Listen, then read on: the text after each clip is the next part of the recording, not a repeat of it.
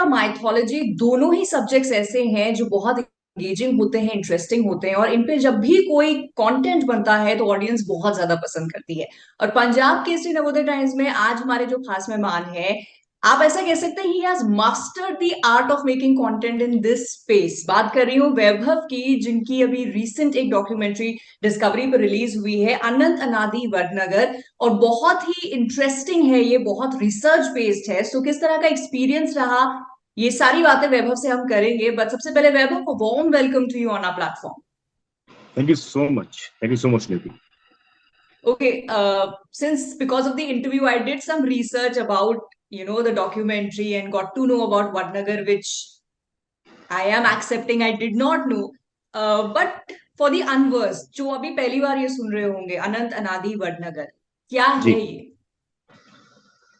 अ, वडनगर, मैं वडनगर से शुरुआत करना चाहता हूँ। राइट। वडनगर गुजरात में एक छोटा सा टाउन है। जैसे हम लोग इंडिया में देखते हैं कि हर जगह, हर कोने में आपको एक, हर 50 किलोमीटर के एक पैच में आपको एक नगर दिखेगा, एक टाउन दिखेगा। हम्म। वास्ट हिस्ट्री है, रही है इंडिया की हमेशा से। वडनगर बेसिकली एक ऐसा टाउन है जो अपनी शुरुआत से लेकर अब तक without any disturbance, with so much of disturbance, हमेशा कंटिन्यू लिविंग रहा। मेरे कहने ओके। का मतलब वो है कि जिस दिन आर्कियोलॉजिकली एविडेंसेस के बेस पर अगर हम देखते हैं कि पहले दिन जब मनुष्य के कदम वहां पड़े, तब से लेकर उसी जगह पे वो नगर इवॉल्व होता चला गया। और आज जिस हम नगर को देखते हैं, वो उस पूरे 2700 सालों का जर्नी है जिसे हमें कैप्चर करने की कोशिश की है फिल्म में या डॉक्यू सीरीज में। अब आते हैं आपके उस बात पे कि क्या है अनंत अनादि वडनगर। तो कई बार हम लोग अपनी हिस्ट्री को समझने के लिए और ज्यादा बेहतर तरीके से जानने के लिए कुछ ऐसे शब्दों का उपयोग करते हैं जिससे उसकी जिससे उसके इतिहास का पता चले, जिससे उसकी डेप्थ मालूम पड़े उसकी हिस्ट्री की। तो अनंत हम्म। अनादि, देखिए अनादि तो शिव है, राइट? आप समझ लीजिए राइट। अनादि और कौन हुआ, बिल्कुल अनादि बिल्कुल। तो शिव है। पर अनंत अनादि वडनगर से मतलब है कि एक ऐसा इतिहास जो बहुत समय से चला आ रहा है, बीच में कभी रुका भी हो, अटका भी हो, पर कभी खत्म नहीं हुआ। तो इस तरह से वडनगर के अगर लोगों की बात की जाए या वडनगर की टोपोग्राफी की बात की जाए या उस पर्टिकुलर हम्म। जगह की बात की जाए, रेजिलियंस जो था उन लोगों का, उन्होंने मेक श्योर किया कि उस नगर को हम कभी खत्म नहीं होने देंगे। तो उन राइट। लोगों के लिए, उनकी सोच के लिए, उनकी मेहनत के लिए अनंत राज्य बना। ओके। पर वैभव, जैसे कि आपने भी कहा, हिंदुस्तान में हर 50 किलोमीटर में एक नगर है, और हमारे देश की जो वास्ट हिस्ट्री है, जी। इतने सारे खुद वहां पे रूलर्स रहे, फिर हमारे इन्वेजन इन्वेडर्स बहुत सारे हुए। सो हर दौर की अपनी एक हिस्ट्री है, और आई थिंक हिंदुस्तान भर में हमें इस तरह के हिस्टोरिकल खजाने जो है वो मिल जाएंगे। But what interested you about Vadnagar, या फिर कैसे हुआ कि इस पे आपने एक डॉक्यू सीरीज बनाने का सोचा? दो चीजें बहुत इंपॉर्टेंट है वडनगर के लिए स्पेसिफिकली। जैसा मैंने हम्म। आपसे पहले कहा कि एक तो वैसी ऐसी जगह है जहां पर मनुष्य का कदम जब पहली बार पड़ा, तब से लेकर अब तक वो नगर कभी खत्म नहीं हुआ, कभी अबेंडन नहीं हुआ, कभी खाली नहीं गया। ओके। हिंदुस्तान में शहर बहुत है, नगर बहुत है, ऐसे बहुत सारे टाउन है जो शायद वडनगर से भी बहुत पुराने हैं। पर वो टाउन समय के साथ, वो जगह समय के साथ, वो सेटलमेंट जगह के साथ शिफ्ट होता चला गया। वडनगर जहां बसा वहीं पर रिवॉल्व होता चला गया। एक तो ये बहुत बहुत इंपॉर्टेंट है वडनगर के लिए। दूसरी इंपॉर्टेंट बात वडनगर में अगर देखा जाए तो हम लोगों ने एंशियंट इंडिया में हमेशा फोर्टिफाइड टाउन्स के बारे में बहुत सुना है। अगर हम देखते हैं कि एंशियंट इंडिया में जब रूलर्स रूल करते थे तो बहुत वॉर होते थे, उनके डिफेंस सिस्टम में फोर्ट बहुत काम आते थे। राइट। वडनगर में एक खास बात ये निकलती है कि अभी जो किले की दीवार आज आपको वडनगर में दिखती है, वो किले की दीवार जमीन से लेकर अब तक वैसी ही खड़ी है। जब हम उसको आर्कियोलॉजिकली डिग करते हैं, अगर मैं आपको एक लेमैन की लैंग्वेज में समझाना चाहूँ कि अगर जमीन से अगर 10 फीट अगर किले की दीवार आज दिख रही है जो कि टूट चुकी है, कुछ हद तक डैमेज हो चुकी है, उसी दीवार के नीचे साइमेंटली अगर खोदा जाता है तो हम्म। हमें जितनी दीवार ऊपर है उससे 2 गुना दीवार नीचे दिखाई देती है। तो एक्टिव रही फोर्ट वॉल्स में से वडनगर शायद, मुझे ऐसा लगता है अभी तक आर्कियोलॉजिकली भी और हिस्टोरिकली भी, कि वडनगर एक मात्र शायद ऐसा टाउन है जो 2200 सालों से किले की दीवार हमें देखने को नहीं मिलती है। वाह। आपका वो सवाल कि मुझे क्या ऐसा दिखा इन इस एक सवाल के बाद कि मुझे वडनगर करने के लिए क्यों एक्साइटमेंट हुआ है। राइट। वडनगर के जब हम लोगों ने वडनगर के बारे में जाना वर्बली वर्चुअली, उसके बाद जब हम वडनगर को देखने गए और हमने साइट पे विजिट किया, उसकी हिस्ट्री को समझना शुरू किया, तब कुछ ऐसी चीजें निकलकर सामने आई कि इस तरह की हिस्ट्री लोगों के सामने आनी चाहिए। इस तरह का आर्कियोलॉजिकल डिग लोगों के सामने आना चाहिए, ऐसी खोज लोगों के सामने जरूर आनी चाहिए, क्योंकि at the end of the day अगर हम देखा जाए तो हमारे इवोल्यूशन हमारे पास्ट पे बहुत हद तक डिपेंड करता है। हम आज राइट। कैसे हैं वो ये हमारा बीता हुआ कल हमें बताता है, और हमारा आज ये बताता है कि हमारा आने वाला कल क्या होगा। करेक्ट। तो उस चीज को, इसीलिए हिस्ट्री हमेशा एक्साइट करती है, इस तरह की चीजें बहुत एक्साइट करती है। और वडनगर में स्पेसिफिकली जब ये दो तीन चीजें बहुत मेजरली सामने आई, तो लगा कि इस कहानी को कहना चाहिए। और right but fortunately team, sorry आप कुछ कह रहे थे। नहीं नहीं नहीं, मैं तो बस आई एम जस्ट अमेज्ड कि एक एक एक नगर है जिसका इतिहास कुछ 2500 साल पुराना है। तो मैं तो बस इस बात को सोचकर अमेज हो रही हूँ वैभव कि आपने, आपकी टीम ने, जितने लोग इसके पीछे थे, इस लेवल की रिसर्च की होगी कि इस 2700 2500 साल को आप समेट पाए। हमारी रिसर्च की अगर आप शुरुआत, अगर मैं ये कहूँ कि हमारी टीम से हुई, तो ये कहना गलत होगा। मैं ये क्रेडिट देना चाहूंगा उन लोगों का जिनका ये विजन था कि इस साइट को डिग करना चाहिए, इस साइट के राइट। इतिहास को बाहर लाना चाहिए। जो भी ऑफिशियल्स होते हैं जिन्होंने अपना इस विजन को समझा, उसके बाद वर्कर्स लेबर ने, अगर 42 डिग्री टेम्परेचर हो चाहे 40 डिग्री टेम्परेचर हो, 365 दिन काम करके बड़ी बारीकी से हर एक ईंट को खोद के बहुत सारे आर्किटेक्ट्स निकाले, जिससे हमें ये समझ में आया कि यहाँ बहुत कुछ है, दिख रहा है बहुत कुछ है।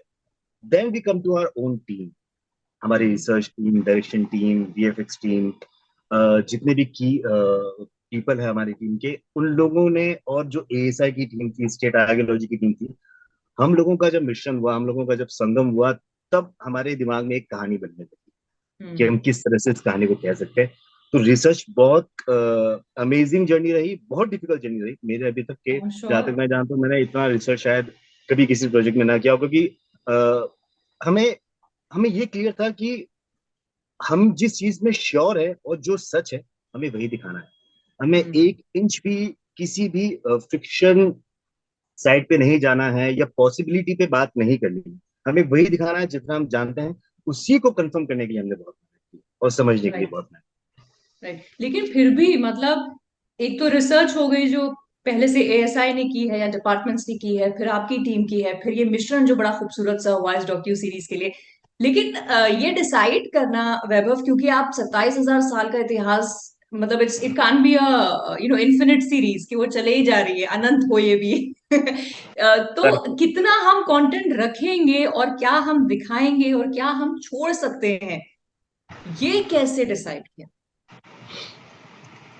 ये एक्चुअली इतना इंटरेस्टिंग सवाल है कि ये सवाल ना पूरी टीम के दिमाग में भी आता था जब हाँ, हम लोग आई एम इस पर काम श्योर। कर रहे थे। और ये, जी, कि क्योंकि हर कोई जानना, क्योंकि हम लोग आपस में पूछते रहते थे क्या हटाएं और क्या रखें। See, शुरू में बहुत मुश्किल हुई, तो मैं आपसे सच कहूंगा कि शुरू में हम समझ ही नहीं पा रहे थे कि किस तरह से इस कंटेंट को दिखाया जाए कि एक पूरा एवोल्यूशन एक टाउन का बहुत सीमलेस दिखे। हम्म। लोग बहुत सारी चीजें मिस करते हुए भी उनको ऐसा एहसास ना हो कि उन्होंने कुछ मिस किया है। राइट। और हम जिस चीज को दिखा रहे हैं, हम उस तरीके से दिखाएं कि शायद आपको कमी ना लगे देखते हुए कि आपने कुछ पोर्शन को मिस कर दिया है, चाहे हमने 300 सालों को जंप लिया हो या 400 सालों को जंप लिया हो, पर हमने कोशिश की कि हम लूप में रखें देखने वाले को। जब हम लोग एडिट कर रहे थे और जब हम लिख भी रहे थे वडनगर को, तब ये बार बार एडिट करते करते कुछ ड्राफ्ट्स को देखते देखते, क्योंकि हमारे एडिट के भी बहुत सारे ड्राफ्ट्स बने, हमको फाइनल कंक्लूजन तक पहुंचने के लिए एक लिमिटेड ड्यूरेशन तक आना था। वहां तक आते आते समझ आने लगी, वो समझ आने लगी कि इन दो चीजों को नहीं दिखा के इस एक चीज को इस तरह से दिखाया जाए कि इन दोनों का समावेश इसमें हो और इसका भी हम्म। अर्थ निकल कर आए। तो ये मैं कहूंगा कि टीम के साथ बैठते बैठते, उनसे बात करते करते, उनके पॉइंट ऑफ व्यूज को समझते हुए, अपनी बात रखते हुए, हम लोग एक कंक्लूजन तक पहुंच पाए और हम लोग ये डिसाइड कर पाए कि हमें क्या दिखाना चाहिए। राइट। अच्छा, लेकिन हिस्ट्री जो होती है या जो फैक्ट्स हैं, जब वो एक टेक्सचुअल फॉर्मेट में है, किताब में है, तो इंटरेस्टिंग होती है, लेकिन कहीं ना कहीं उसको याद रख पाना या इंगेज उसके साथ हो पाना थोड़ा मुश्किल होता है। आप जब उसको एक डॉक्यू फॉर्मेट में या एंटरटेनमेंट फॉर्मेट में कन्वर्ट करते हैं, तो उसकी कहानी दिलचस्प होना बहुत जरूरी है। और आपने यहाँ एक बहुत कमाल काम किया है कि आपने कैसे स्टोरी टेलर को लिया है, जो आज के दौर में हिंदुस्तान में जाने ही जाते हैं कि मुंह से जो कह दें हम बस सुनते हैं, मनोज साहब। तो how did he come on board?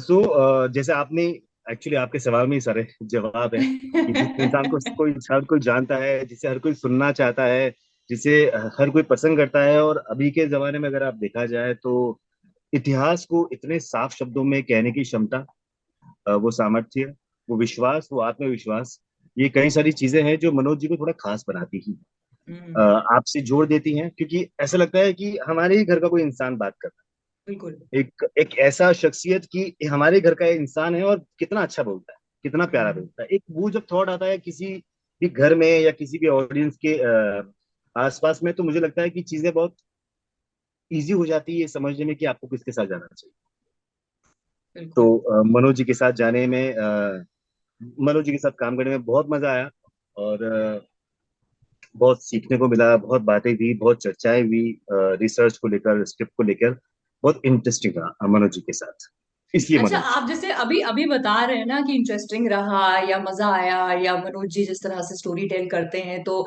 आसान लगता है, बट आई नो, एंड जो लोग भी फिल्म मेकिंग जानते हैं उन्हें पता है कि ये आसान है नहीं, स्पेशली ऐसा कंटेंट बनाना जो फैक्ट बेस्ड है, रिसर्च बेस्ड है, और इस तरह का इतिहास कहता है। पर मैं आपसे ये जानना चाहती हूँ कि ज्यादातर आपने जो काम किया है वो मैथोलॉजी से, हमारी हिस्ट्री से जुड़ा हुआ है, तो इसका स्पेशल रीजन क्या है? आपका फेवरेट सब्जेक्ट हिस्ट्री था क्या? सब्जेक्ट तो हिस्ट्री नहीं था। मैं अभी सोचता हूँ, जब मैं इतना पढ़ता हूँ तो मुझे लगता है कि काश उतनी समझ मुझ में उस समय होती तो मैं हिस्ट्री सब्जेक्ट जरूर लेता। तो मैं एक साइंस का स्टूडेंट रहा हूँ, पर अभी जो हिस्ट्री पढ़ के इंटरेस्ट आता है तो मुझे लगता है कि मुझे हिस्ट्री का सब्जेक्ट लेना चाहिए था। बट अगर आप कहें कि इंटरेस्ट की बात कहाँ से होती है, तो मेरी शुरुआत ही सागर से हुई। सागर, रामानंद सागर प्रोडक्शन हाउस से। सो हम्म। वहां पर काम करते करते जब मैंने काम सीखना शुरू भी किया, तो आपको तो पता ही है कि माइथोलॉजी और हिस्टोरिकल शोज और फॉर्मेट के सेट्स कितने बड़े होते हैं, कॉस्ट्यूम बिल्कुल। ड्रामा होता है। तो वो जो एडवेंचर था ना, वो जो मजा था, वो इंटरेस्टिंग लगने लगा, वो अच्छा लगने लगा कि इस तरह के शोज पे काम किया जा सकता है, लार्जर इन लाइफ चीजों पे बात की जा सकती है। तो मेरा वो इंटरेस्ट वहां से डेवलप हुआ। पिछले कुछ समय से वो जो ट्रेनिंग थी, वो जो सीख थी कि इस तरह के सब्जेक्ट्स को किस तरह से हैंडल किया जाना चाहिए, या जितनी समझ मुझ में आई इन चीजों को लेकर, हम्म। के बाद जब मैंने पढ़ना शुरू किया, चीजों को समझना शुरू किया, तब इन चीजों पर काम करना शुरू किया कि अगर आप ये कहें कि ग्राउंड की एक ट्रेनिंग और किताबों का साथ, या एक लिटरेचर की समझ, या थोड़ी कुछ किताबों की समझ को वापस जब एक साथ जोड़ा गया, तो ऐसा लगा कि इन कहानियों पे काम किया जा सकता है। शायद हम ऐसी कहानी तो बना पाए कि लोग देखकर पसंद करें। राइट, बट जब हम कोई फिक्शन का काम बनाते हैं तो उसमें आपके पास बहुत लिबर्टी होती है। हालांकि आई थिंक थोड़ी बहुत क्रिएटिव लिबर्टी आप भी लेते होंगे, बट आप फैक्ट से इधर उधर नहीं कर सकते हैं, आप उसके साथ ज्यादा नहीं खेल सकते हैं। सो जी। चैलेंज का लेवल, डिफिकल्टीज का लेवल, वैभव, आप जब इस तरह का कोई कंटेंट माइथोलॉजी से जुड़ा हुआ, हमारे पुराणों से, हमारी हिस्ट्री से जुड़ा हुआ बनाते हैं, सो मुझे बताइए वो कितना डिफिकल्ट, कितना चैलेंजिंग आपके लिए होता है, and what makes you cope with it? Uh, आप ओवरऑल इस फॉर्मेट की बात करना चाह रहे हैं कि इस हाँ जी, ओवरऑल, पर्टिकुलर बिकॉज आप ज्यादातर ओवरऑल? आपका जो जी। स्पेस है, you are making it content into this. जी। तो चैलेंजेस तो ये होता है मैम, बेसिकली कि जब हिस्टोरिकल और माइथोलॉजिकल एक्टर्स की बात आती है और शोज की बात आती है, तो लोगों के दिमाग में ऑलरेडी एक इमेज है। हम्म। अगर आप इंडिया के लोगों को देखें तो लोग हर तरह के भगवान को कई रूपों में देख चुके हैं, अपने घर में, अपने मंदिरों में, अपने पूजा पाठ वाले जगहों पे। और हिस्टोरिकल कैरेक्टर्स की बात करते तो हम बचपन से पढ़ते आए हैं। तो ये ऐसे कुछ कैरेक्टर्स होते हैं, ऐसे कुछ शोज होते हैं जिनमें सबसे बड़ा चैलेंज ये होता है कि वो जो आपको विश्वास दिलाया जाए कि हाँ, ये जो किरदार हम आपको दिखा रहे हैं किसी भी रूप में, उस किरदार पर आप विश्वास कर सकें, उसे समझ सकें और उसे अपना सकें। ये सबसे बड़ा हम्म। चैलेंज होता है। इस तरह के शोज में। बाकी चैलेंज तो पार्ट ऑफ मेकिंग है, तो वो तो आते ही रहते हैं, और उनसे तो आप नहीं बच सकते। वो जितने बिल्कुल, चैलेंजिंग होंगे मुझे बट लगता है आप उतना बेटर परफॉर्म कर पाएंगे। वैभव जितनी स्माइल से, जितनी आसानी से आप कह रहे हैं चैलेंज है, वो तो आता है। It is so difficult. मतलब हम हिस्ट्री के डेट फैक्ट्स, जो स्टूडेंट्स हैं दे विल एग्री कि वो याद करना, उनको सही से हमारे एग्जाम में लिखना डिफिकल्ट है। उसको आप एक कंटेंट की तरह बना रहे हैं, you can not go wrong. तो ये उतना आसान है नहीं, लेट दी ऑडियंस नो। अच्छा, बट ये सारा हो गया आपका कंटेंट, माइथोलॉजी से जुड़ा, हिस्ट्री से जुड़ा। यहाँ पर ये जो लेटेस्ट आपका आया अनंत अनादि, और फिर cut to short film like out too. So आउश टू अनंत नादि की पहले की फिल्म है, और मैं I was assisting, I am still assisting Neeraj sir, Neeraj Pandey. और उनकी, जब हम लोग साथ में काम कर रहे थे प्रोजेक्ट पे, तो उनकी आउच मुझे बहुत पसंद थी। उनकी एक उन्होंने written and directed by Neeraj sir. So उस फिल्म के बारे में एक दिन ऐसी बात हुई, और मतलब अच्छी बात ये रही कि मुझे मौका मिला कि मैं उसका पार्ट 2 लिख सकूं, और मुझे मौका दिया गया कि उसका पार्ट 2 में सोच सकूं या लिख सकूं। तो मैंने लिख के जब सर को सुनाई, तो उनको अच्छी लगी, और इस तरह से फिल्म प्रोडक्शन में गई। अगर आप ये बात करते हैं कि मैथोलॉजिकल हिस्टोरिकल शोज और इस तरह के शोज में से बीच में आउट हूँ, तो मुझे ऐसा लगता है मेरे साथ ऐसा कुछ नहीं है कि मैं एक तरह के जॉनर में फंसा हूँ या फंसा रहना चाहता हूँ या अटका हूँ। मेरे लिए कहानी है। अगर सीधी सी बात है, अगर वही आउट टू के किरदार आज से 500 साल के पहले के होते, तो वो वैसे ही पेश किए जाते जैसे 500 साल बाद के थे। उनका बोलने का तरीका, उनके कपड़े, वो गाड़ी की जगह बैलगाड़ी हो जाती या फिर घोड़ा हो जाता। कुछ ना कुछ इस तरह का एक वर्ल्ड सेट किया जाता, जो उस तरह के वर्ल्ड को कॉम्प्लीमेंट करता, जो उस राइट। वर्ल्ड तरह के वर्ल्ड को समझाता। कहानी वही है, किरदार वही है, आप लाखों साल पीछे चले जाइए, हजारों साल आगे चले जाइए, सब कुछ वैसे ही रहने वाला है। सिर्फ दुनिया और आपका वातावरण बदलने वाला है, आप राइट। वैसे ही रहने वाले हैं। तो कुछ मुश्किल नहीं होती है जॉनर चेंज करने में। सिर्फ कहानी और किरदार को समझ लिए तो मेरे को लगता है काम हो जाता नहीं, आई एग्री विद दिस, लेकिन जैसे प्लेटफॉर्म जो है, मान लीजिए 15 मिनट की एक शॉर्ट फिल्म है। जी। वर्सेस एक डॉक्यू सीरीज वर्सेस सीरियल्स, हमारे टीवी सीरियल्स जो चलते जाते हैं राइट। एपिसोड दर episode, and one person directing all of them, you, कि आपने वहां भी काम किया है, एक शॉर्ट फिल्म भी बनाई है इतनी कम ड्यूरेशन की। Vaibhav, what is your brilliance of mind कि आप 15 मिनट में भी एक कहानी समेट पा रहे हैं, आप हमें एक डॉक्टर सीरीज भी दे पा रहे हैं, और आप हमें कमाल के सीरियल्स भी दे रहे हैं। What is your thought process?